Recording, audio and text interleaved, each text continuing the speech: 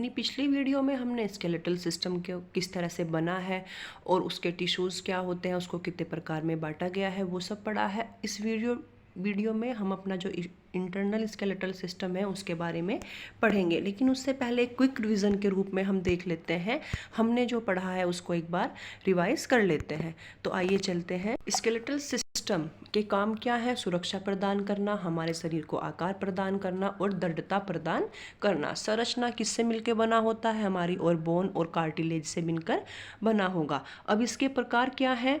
इसके प्रकार है अंतस्केलेटल सिस्टम, इसके अंदर क्या आता है? हमारी हड्डियां और हमारी कार्टिलेज आएंगी। दूसरा है बाह्य स्केलेटल सिस्टम, इसके अंतर्गत क्या आएगा? हमारे बाल और नाखून जो हैं वो इसके अंतर्गत आएंगे। अब स्केलेटल सिस्टम के प्रकार देख लेते हैं। तो बोन टिश्यू के आधार पर पहले हम देखेंगे कि हड्डियों का जो बोन टिश्यू है वो किस प्रकार का है, उसके आधार पर इसको कितने भागों में बांटा गया है। तो उसके आधार पर इसको 2 भागों में बांटा गया है। पहला है कॉम्पैक्ट बोन, हमारी सघन अस्थि ये किस प्रकार की होंगी? ये कठोर होंगी। इनके अंदर क्या होगा? वसा का संग्रह होगा। बोन मैरो कैसा होगा? बोन मैरो पीला होगा। और किसका निर्माण होगा? WBC का निर्माण होगा। जो हमारी लंबी हड्डियां होती हैं वो कैसी होंगी? वो हमारी कॉम्पैक्ट बोन, हमारी सघन, हमारी कठोर हड्डियां होंगी। और उनके आखिर में बोन मैरो जो होगा वो कैसा होगा? वो पीले रंग का होगा। उस बोन मैरो में क्या होगा? वसा का संग्रह होगा और WBC का निर्माण होगा। मैंने ये सब डिटेल आपको पहली वीडियो में बता दिया है। जो बच्चे इसको फर्स्ट टाइम देख रहे हैं, अच्छा होगा वो पहले वाली वीडियो देख लें, तो उनको आगे वाला पार्ट बहुत अच्छे से समझ में आ जाएगा। दूसरा टाइप है हमारी स्पंजी बोन। इनकी संरचना कैसी होगी? गूदे के समान होगी। ये क्या होंगी? लंबी हड्डियों के पाई कहाँ जाएंगी? लंबी हड्डियों के सिरों पर पाई जाएंगी। इनके अंतर्गत किसका निर्माण होगा? लाल बोन मैरो का होगा। और लाल बोन मैरो में किसका निर्माण होगा? हमारे RBC का निर्माण होगा। अगला देख लेते हैं उत्पत्ति के आधार पर। उत्पत्ति के आधार पर इनको कितने भागों में बांटा गया है? 3 भागों में बांटा गया है। सबसे पहला है कालाजात अस्थि। ये झिल्ली के समान होती है, इनकी संरचना जैसी होगी जो है वो झिल्ली के समान होती है। इसका एग्जाम्पल है जो हमारी नेजल है। थोड़ी सी पिक्सल की आपको प्रॉब्लम हो गई होगी तो मैं बोल रही हूँ, अगर आप नोट्स बना रहे हो तो आपको ऐसे आसानी होगी। दूसरा पार्ट देख लेते हैं हमारा कार्टिलेज बोन। कार्टिलेज बोन जो पहले हड्डियां जो कार्टिलेज के रूप में होती हैं और बाद में जब हम बड़े होते हैं कैल्शियम की मात्रा जैसे जैसे बॉडी में बढ़ती जाती है तो वो कार्टिलेज किसका रूप ले लेती है? तो वो कार्टिलेज एक हड्डी बन जाती है। तो जैसे हमारी वर्टिब्रा, जैसे हमारी रीढ़ के जो नीचे वाली हड्डियां हैं, हमारी कोक्सेल और कोसाई जो हड्डियां हैं वो क्या करती हैं? पहले इनकी संख्या ज़्यादा होती है, बाद में वो सारी कार्टिलेज मिलके एक हड्डी बन जाती है। तो ये भी उसी का टाइप है। तीसरा है स्नायु जात, हमारी सिस्मोमाइड बोन। इसका निर्माण किससे होगा? टेंडन से होगा। ये हमारी बॉडी में कहाँ पा जाएगी? हमारी पटेला और हमारी पहली मेटाटार्सल जो है वो स्नायु जात हड्डी का जो है प्रकार है। अगर आपसे पूछ लेता है स्नायु जात हड्डी का प्रकार क्या है, तो 2 ही हैं। आपको पढ़ने में आसानी होगी, याद रखने में आसानी होगी। 2 ही हैं, पहली होगी पटेला और दूसरी है हमारी पहली मेटाटार्सल। अब आकृति के आधार पर हड्डियों के प्रकार। लंबी हड्डी का क्या काम करेंगी? लीवर का काम करेंगे। जैसे टीबिया, फीबुला, हमारी ह्यूमरस, ये सब कैसी हैं? हमारी लंबी हड्डियां हैं। छोटी हड्डी कैसी होंगी? लोचदार होंगी, जैसे हमारी कार्पल और मेटाटार्सल। फ्लैट बोन कैसी होंगी? ये चौड़ी होंगी। चौड़ी होंगी तो क्या होगा? इनके अंतर्गत अंगों की सुरक्षा होगी, जैसे हमारी स्केपुला और हमारी क्रेनियम। चौथी होगी हमारी बेतरतीब इनरेगुलर बोन, जो मतलब संरचना में कैसी होगी? असमान, कहीं छोटी, कहीं बड़ी, कहीं टेढ़ी, कहीं मेढ़ी। जैसे हमारी रीढ़ की हड्डियां और हमारी चेहरे की हड्डियां कैसी हैं? हमारी इनरेगुलर बोन है। अगली क्या होगी? हमारी सिमेमाइड बोन। सिमेमाइड बोन हमारी टेंडन की बनी होगी। पहली मेटाटार्सल पटेला और फर्स्ट मेटाटार्सल हड्डी कैसी है? हमारी सिमेमाइड हड्डी है। आगे आज का टॉपिक जो हम पढ़ने जा रहे हैं हमारा स्केलेटल सिस्टम, ये किसके अंतर्गत आएगा? हमारे इंटरनल स्केलेटल सिस्टम के अंदर आएगा। इसमें पहला है स्कुल, हमारी खोपड़ी। तो खोपड़ी को 3 भागों में बांटा गया है। Number 1 cranium. क्रेनियम साधारण भाषा में मतलब हमारा जो सर है। दूसरा है हमारा चेहरा और तीसरा है हमारा कान। तो क्रेनियम में कितनी हड्डियां होंगी? 8। चेहरे में कितनी हड्डियां होंगी? 14। और हमारे कान में कितनी हड्डियां होंगी? 6। तो ये टोटल मिलाकर कितनी हड्डियां हो जाएंगी? 28। अगर आपसे पूछ लेता है क्वेश्चन कि क्रेनियम खोपड़ी के अंदर हमारी कितनी हड्डियां आती हैं, तो इन तीनों पार्ट को मिलाकर खोपड़ी बनती है। ठीक है, तो आप आंसर क्या लगाओगे? 28 लगाओगे। कभी भी ये नहीं समझना है कि ये हमारी खोपड़ी की हड्डी की बात कर रहा है तो केवल सर की बात कर रहा है। वो हमारा सर किसके अंतर्गत आएगा? हमारे क्रेनियम के अंतर्गत आएगा। और खोपड़ी के अंदर हमारा सर, हमारा चेहरा और हमारा कान जो है तीनों आ जाएंगे। तो क्लियर? अगर खोपड़ी पूछे तो 28 लगाना है, अगर क्रेनियम पूछे तो उसके अंदर 8 लगाना है। तो क्रेनियम के अंदर देख लेते हैं हमारी कितनी हड्डी आती हैं। तो क्रेनियम के अंदर 8 हड्डियाँ आती हैं। यह दिमाग को आधार देने तथा हेलमेट की तरह ऊपर से ढकने का काम करता है। आपने अपने डेली यूज में देखा होगा तो हेलमेट जिस जिस पार्ट को ढक रहा है उसका मतलब ये क्या है? ये क्रेनियम है। क्रेनियम के अंदर सबसे पहले हड्डी है फ्रंटल। ये कौन सी हड्डी? हमारे माथे की हड्डी है। तो माथे की हड्डी कितनी जो है कौन सी है? फ्रंटल है। ये संख्या में कितनी है? 1 है। दूसरी है हमारी पेरिटल। यह फ्रंटल के पीछे की हड्डी है। फ्रंटल के ऊपर कौन सी हड्डी है? जो है पेरिटल है। तीसरी है हमारी टेम्पोरल। पेरिटल हड्डी संख्या में कितनी है? 2 है। तीसरी है हमारी टेम्पोरल। टेम्पोरल क्या है? यह हड्डियां खोपड़ी के निचले भाग की हैं तथा मध्य तथा भीतरी कानों के ढांचे के लिए रहती हैं। तो जो हमारी कनपटी जिसको बोलते हैं ना कनपटी, तो कनपटी कौन सी है? हमारी टेम्पोरल है। तो कनपटी तो दोनों साइड है। तो टेम्पोरल संख्या में कितनी हो गई है? 2। चौथी हड्डी है हमारी ऑक्सीपिटल। ऑक्सीपिटल कितनी है? ऑक्सीपिटल संख्या में 1 है। यह खोपड़ी के पीछे की हड्डी है। मतलब हमारी जो कनपटी के बिल्कुल पीछे वाली हड्डी है तो वो कौन सी आ जाएगी? ऑक्सीपिटल। आपको जैसे जैसे मैं बोल रही हूँ वैसे वैसे अपनी बॉडी के ऊपर ध्यान देते जाना है तो आपको याद करने में बहुत ज़्यादा आसानी हो जाएगी। और ये नाम भी आपको कंफ्यूज बिल्कुल नहीं करेंगे, क्योंकि मैं आपको हमेशा कहती हूँ हमें किसी बाहरी चीज़ के बारे में नहीं जानना है, हम अपनी इंटरनल बॉडी के बारे में ही हम यहाँ पढ़ रहे हैं। जैसे अगर आप ध्यान देते जाओगे तो आपको बिल्कुल याद हो जाएगी। तो कनपटी की हड्डी कौन सी हो गई? हमारी टेम्पोरल। और कनपटी के पीछे की हड्डी कौन सी हो गई? हमारी ऑक्सीपिटल। ऑक्सीपिटल संख्या में कितनी है? ऑक्सीपिटल संख्या में 1 है। अगली देख लेते हैं हमारी स्फेनाड। स्फेनाड हड्डी क्या है? यह क्रोनियम के फर्श का भाग है और संख्या में कितनी होगी? संख्या में 1 है। छठी देख लेते हैं। छठी है हमारी इथोमाइड। इथोमाइड किस तरह की हड्डी है? ये हमारी बेतरतीब मतलब हमारी इनरेगुलर बोन है जो क्रेनियम के फर्श के ऊपरी भाग के साथ ही दीवार तथा नाक की छत के बनाने में क्या करेगी? हमारी सहायता करेगी। तो ये था हमारा क्रेनियम। इसके अंतर्गत हमने 8 हड्डी पढ़ ली हैं। अब इससे रिलेटेड कुछ इंपॉर्टेंट क्वेश्चन जो एग्जाम में आपसे पूछे जाते हैं और पूछे भी गए हैं। क्रेनियम के नीचे की ओर एक बड़ा छिद्र मतलब एक छेद जिसे महारंध्र कहते हैं उसको क्या कहेंगे? हम फोरमैन कहेंगे। अब इसका काम क्या है? इस फोरमैन से होकर मस्तिष्क मेरुरज्जु से जुड़ा रहता है। इस जो ये गड्ढा है इससे होकर क्या है? हमारा मस्तिष्क किससे जुड़ेगा? जाके स्पाइनल कॉर्ड से जुड़ा है। तो ये डायरेक्ट नहीं जुड़ा है, एक गड्ढा है। मस्तिष्क का कुछ पार्ट वहाँ तक आया है, कुछ पार्ट हमारी स्पाइनल कॉर्ड का गया है। तो इस गड्ढे के माध्यम से हमारा क्या जुड़ा है? हमारा दिमाग जुड़ा है और हमारी स्पाइनल कॉर्ड जुड़ी है। अब देख लेते हैं इस महारंध्र के दोनों तरफ मतलब ये जो हमारा गड्ढा है जिसका नाम फोरमैन है, जो हमारे मस्तिष्क के नीचे वाले पार्ट में जो हमारा क्रेनियम के जो खोपड़ी है हमारी जो उसके नीचे वाले पार्ट में गया हुआ है, इसमें क्या होंगे? इसकी तरफ दोनों तरफ गोल उभार होंगे जो क्या करेंगे? जो एटलस या फर्स्ट हमारी जो है सर्वाइकल वर्टिब्रा की संधि जो है बनाएंगे। जो ये छेद है जो हमारे क्रेनियम में नीचे की तरफ है जिससे हमारा मस्तिष्क और हमारी स्पाइनल कॉर्ड जुड़े हुए हैं, इसके दोनों तरफ जिसे अनुपालक अस्थिबंध कहते हैं उभार होंगे। तो क्या करेंगे? जो हमारी सर्वाइकल है, सर्वाइकल की पहली हड्डी का नाम है एटलस कि क्या करेंगे? संधि बनाने का काम करेंगे। ये भी क्वेश्चन एक बार जो है एग्जाम में पूछा गया है, इसलिए मैं इसकी डिटेल्स आपके सामने लेके आई हूँ। अगला देख लेते हैं। इसमें क्रेनियम मेरुदंड रीढ़ की हड्डी पर टिकी रहती है। जो हमारा सर है इन्हीं दो उभारों के माध्यम से रीढ़ की हड्डी के ऊपर इसको टिकने में जो हमारा क्रेनियम है और हमारी रीढ़ की हड्डी जुड़ रही है, किससे जुड़ रही है? महारंध्र के माध्यम से जुड़ रही है। और ये किस पे टिकी है? महारंध्र के पास दो उभार है, उनके ऊपर हमारी जो है क्रेनियम टिकी हुई है। अगला देख लेते हैं इसके कार्य क्या है।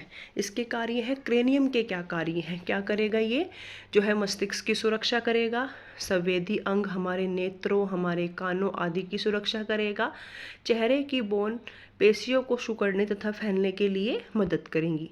जो हमारी हाइड बोन क्या है? गर्दन को सहारा देगी। अगला देख लेते हैं हमारा चेहरा।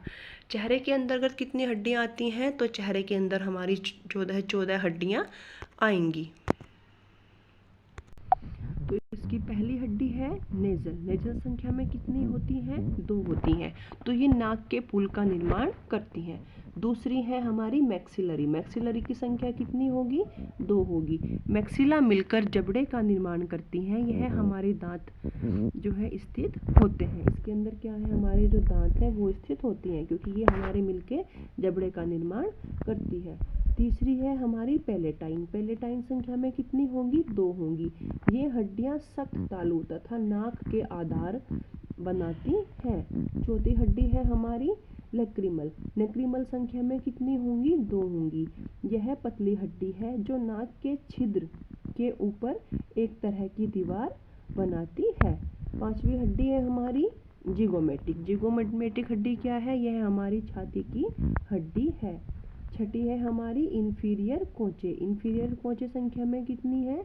2 है। यह गोल हड्डी है जो नाक के छिद्र की एक तरफ की दीवार तथा फर्श का भाग है। यह मुंह की छत के ऊपर स्थित है। सातवीं हड्डी हमारी कौन सी है? हमारी है वोमर। वोमर संख्या में कितनी है? 1 है। यह नाक के नीचे तथा पिछले भाग के अंदर स्थित है। आठवीं हड्डी है हमारी मैंडेबल। मैंडेबल कितनी है? हमारी संख्या में 2 है। यह जो जबड़े के नीचे मैक्सिला के नीचे ऊपर वाली हड्डी हो गई मैक्सिला, जिसमें हमारे दांत और सख्त तालू हमारा बनाया हुआ है। और नीचे वाली हड्डी क्या होगी? हमारी मैंडेबल। निचली हड्डी है जो एक बहुत ही मजबूत हड्डी है। अब देख लेते हैं एक नज़र में नेजल कितनी है? 2 है। मैक्सिलरी कितनी है? 2 है। जिगोमेटिक कितनी है? 2 है। मैंडेबल कितनी है? 1 है। लैक्रिमल कितनी है? 2 है। पेलेटाइल कितनी है? 2 है। इंफीरियर कोचेट कितनी है? 2 है। वोमर कितनी है? 2 है। अगर पूछा जाए आपसे कि कौन सी हड्डियां चेहरे में जो है 1 है, तो वोमर और मैंडेबल हड्डियां जो है इनकी संख्या हमारे चेहरे में 1 होती है। बाकी जितनी भी हड्डियां हैं उनकी संख्या 2-2 होती हैं। एक और फैक्ट देख लेंगे, चेहरे की हड्डियों में मैंडेबल के अलावा सभी हड्डियां सूचर द्वारा जुड़ी हुई होती हैं। मतलब ये क्या है? ये सब अचल हड्डियां हैं। इनमें किसी भी तरह का मूवमेंट नहीं होता तथा अचल होती हैं। इनमें केवल एक मैंडेबल ही चल अस्थि तथा शरीर की सबसे मजबूत अस्थि है। मतलब ये क्या है? इसमें मूवमेंट होता है, ये मूवेबल है हमारी मैंडेबल। और शरीर की क्या है? सबसे ज़्यादा मजबूत हड्डी मैंडेबल है। अगर आपसे क्वेश्चन पूछता है कि चेहरे की कौन सी हड्डी आपको मजबूत है, ये तो आपको पता ही होगा, लेकिन चेहरे की कौन सी हड्डी जो है हमारी चल संधि, हमारी मूवेबल संधि का उदाहरण है, तो कौन सी है? हमारी मैंडेबल। उसके बाद कान का देख लेते हैं। कानों में क्या है? हेम्पर। इसको मेलिस भी कहा जाता है। संख्या में कितनी होती है? 2। दूसरा है एनविल। एनविल संख्या में कितनी होंगी? 2। तीसरी क्या है? हमारी स्टेप। स्टेप संख्या में कितनी होगी? हमारी 2 होंगी। स्टेप्स कौन सी? स्टेप्स हमारी शरीर की सबसे छोटी हड्डी है। ये आपस में एक दूसरे से जुड़ी रहती है। अगली हड्डी है हमारी हाइड बोन। यह घोड़े की नाल या यू आकार की होती है और ये हमारी गर्दन के अंदर पाई जाती है। अब हमारी जो रीढ़ की हड्डियां हैं उनकी थोड़ी सी डिटेल देख लेते हैं। तो सर्वाइकल हड्डी।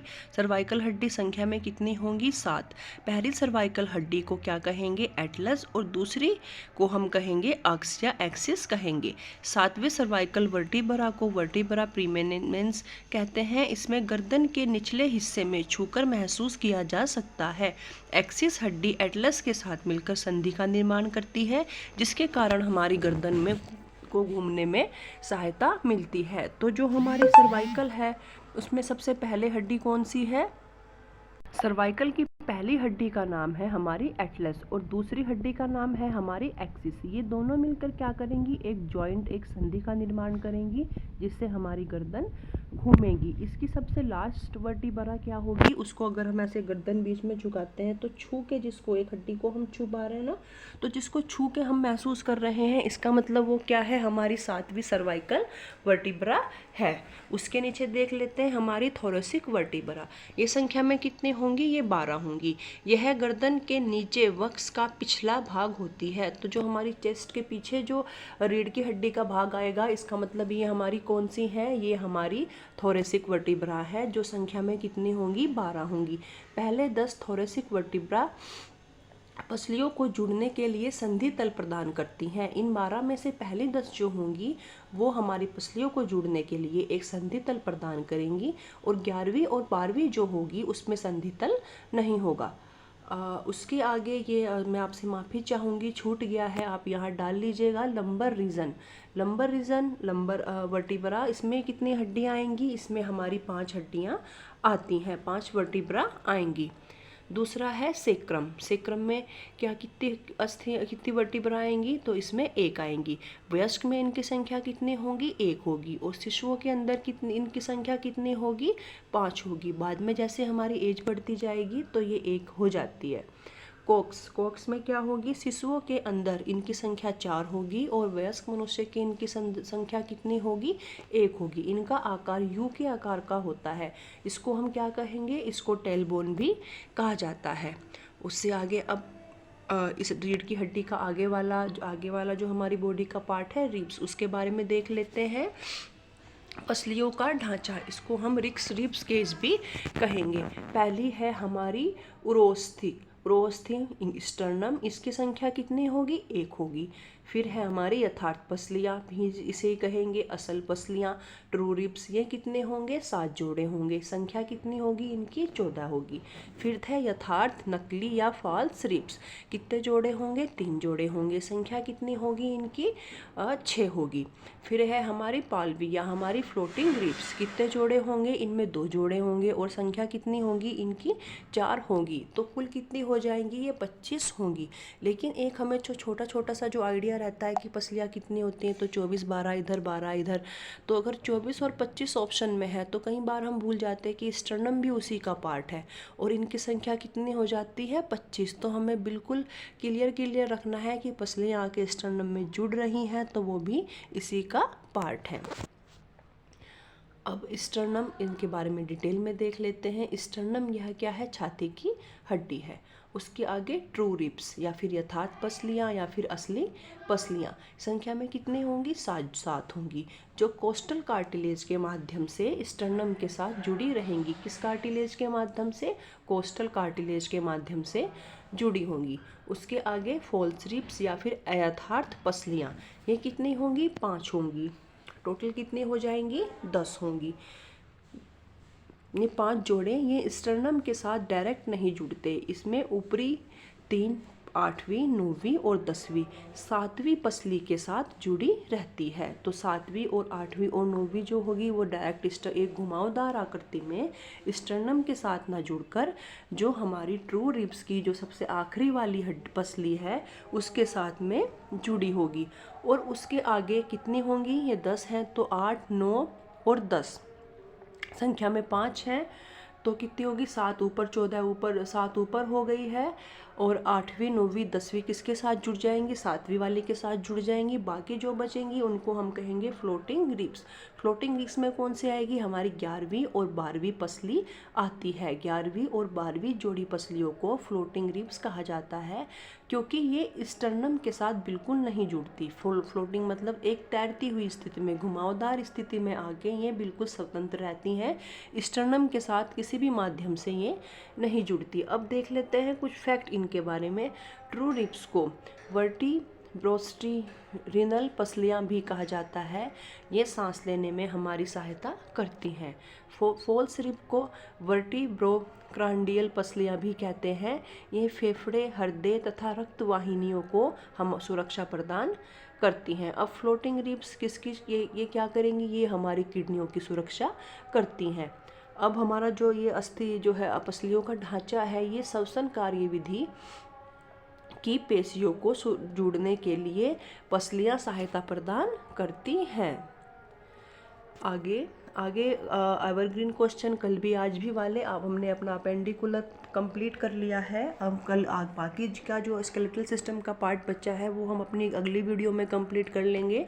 इसके से पहले हम अपने जो है कल भी और आज भी वाले जो इम्पोर्टेंट क्वेश्चन हैं उनको डिस्कस कर लेते हैं। तो थॉमस कप आपको पता है ये बहुत ही ज़्यादा महत्वपूर्ण कप है। 2022 का देख लेते हैं। 2022 में ये कहाँ हुआ, विजेता कौन है, उपविजेता कौन है। तो थॉमस कप 2022 किस गेम से संबंधित है? बैडमिंटन। बैडमिंटन में किससे? पुरुषों से संबंधित है। इस बार इसका विजेता कौन रहा है? तो अपना देश भारत इस बार इसका विजेता रहा है। उपविजेता मतलब इसका विनर अप कौन रहा है? विनर अप रहा है इसका इंडोनेशिया। आयोजन इसका कहाँ हुआ था? इस बार बैंकॉक थाईलैंड में हुआ था। कौन कौन किस किस खिलाड़ी ने ये जीता? तो लक्ष्य सेन, सात्विक साईराज, रिंकी रेड्डी और चिराग शेट्टी और किदाम्बी श्रीकांत ने भारत के लिए यह मैच जीता है। अब इसकी थोड़ी सी हिस्ट्री के बारे में हम डिटेल में पढ़ लेते हैं। इतिहास, इसकी शुरुआत कब हुई? तो 1948-49 में क्या हुई थी? इसकी शुरुआत हुई थी। इसकी शुरुआत किसने करी थी? शुरुआत करी थी इसकी जॉर्ज थॉमस द्वारा करी गई थी। आयोजन सबसे पहले इसका कहाँ हुआ? आयोजन 1882 से पहले यह टूर्नामेंट जो है हर 2 साल बाद आयोजित किया जाने लगा है। 1882 से पहले अगर आपसे पूछा जाता है तो हर 3 साल बाद कराया जाता था, लेकिन 1882 के बाद हर 2 साल बाद इसका आयोजन होने लगा है। सबसे ज़्यादा बार इसका विजेता कौन है? सबसे ज़्यादा बार इसका विजेता इंडोनेशिया है। अब तक 14 बार यह खिताब जीत चुका है। पहला थॉमस कप खेला गया क्वींस हॉल जो है इंग्लैंड में पहली बार थॉमस कप खेला गया था। इसे बैडमिंटन का विश्व कप भी कहा जाता है, इसलिए ये हमारे लिए बहुत इंपॉर्टेंट हो जाता है विश्व कप। लेकिन किसके लिए? सिर्फ पुरुषों के लिए। इसमें जो विमेन है वो पार्टिसिपेट नहीं करती हैं। अगला क्वेश्चन देख लेते हैं। Uber cup. उबेर कप 2022 इसका विनर कौन है? इसका विनर है दक्षिण कोरिया। रनर अप कौन है? इसका उपविजेता कौन है? उपविजेता है इसका चीन। आयोजन इसका कहाँ हुआ? आयोजन सेम जगह होता है इन दोनों का, जहाँ बॉयज़ का होगा बॉयज़ का थॉमस कप का जहाँ होगा उबेर कप महिलाओं का वहीं पे भी इसका आयोजन होगा। तो आयोजन स्थल क्या है? बैंकॉक थाईलैंड है। 2024 में इसका हर 2 साल बाद होता है ना। उबेर कप भी थॉमस कप की तरह जो है हर 2 साल बाद आयोजित करा जाता है। तो 2024 में कहाँ होगा? ये चीन में होगा। इतिहास क्या है इसका? इसकी शुरुआत हुई थी 1956-1957 में। लंकाशायर इंग्लैंड में पहली बार ये खेला गया। उबेर कप का पूर्व नाम महिला ब्रिटिश खिलाड़ी बेटी उबर के नाम पर पड़ा। यह क्या है? महिलाओं का विश्व कप है और प्रत्येक 2 साल बाद 1984 के बाद इसका आयोजन प्रत्येक 2 साल बाद होने लगा है। थॉमस कप का 1982 के बाद और उबेर कप का 1984 के बाद हर 2 साल बाद इनका आयोजन होने लगा है। तो लक्ष्य सेन। थोड़ा सा एक बैडमिंटन खिलाड़ी के बारे में देख लेते हैं, काफ़ी चर्चा में रहते हैं, बहुत इनका बढ़िया परफॉर्मेंस रहा है। तो लक्ष्य सेन किस खेल से संबंधित है? बैडमिंटन से संबंधित है। निवास स्थान कई बार जो प्रसिद्ध खिलाड़ी जो हमारे चर्चित खिलाड़ी रहते हैं उनका पूछ लेता है। तो ये अल्मोड़ा जिला है और उत्तराखंड के रहने वाले हैं। 2018 में एशियाई जूनियर बैडमिंटन चैंपियनशिप में इन्होंने स्वर्ण पदक प्राप्त किया और उसके बाद इनकी जो है उपलब्धियां और भी रिसेंट बहुत ज़्यादा हैं, उनके बारे में हम अगली वीडियो में डिस्कस कर लेंगे। तो आज की वीडियो में इतना ही। उम्मीद करती हूँ आप लोगों को ये वीडियो समझ आई होगी, आपको अच्छे से इसमें पढ़ाई करी होगी। आगे जो हमारा स्केलेटल सिस्टम का जो आगे वाला पार्ट रह गया है वो और जितने भी स्केलेटल सिस्टम से महत्वपूर्ण क्वेश्चन बन सकते हैं उन सब के बारे में हम अगली वीडियो में डिस्कस करेंगे। मेरे साथ जुड़ने के लिए, अपना कीमती समय मुझे देने के लिए आप सभी का बहुत बहुत धन्यवाद।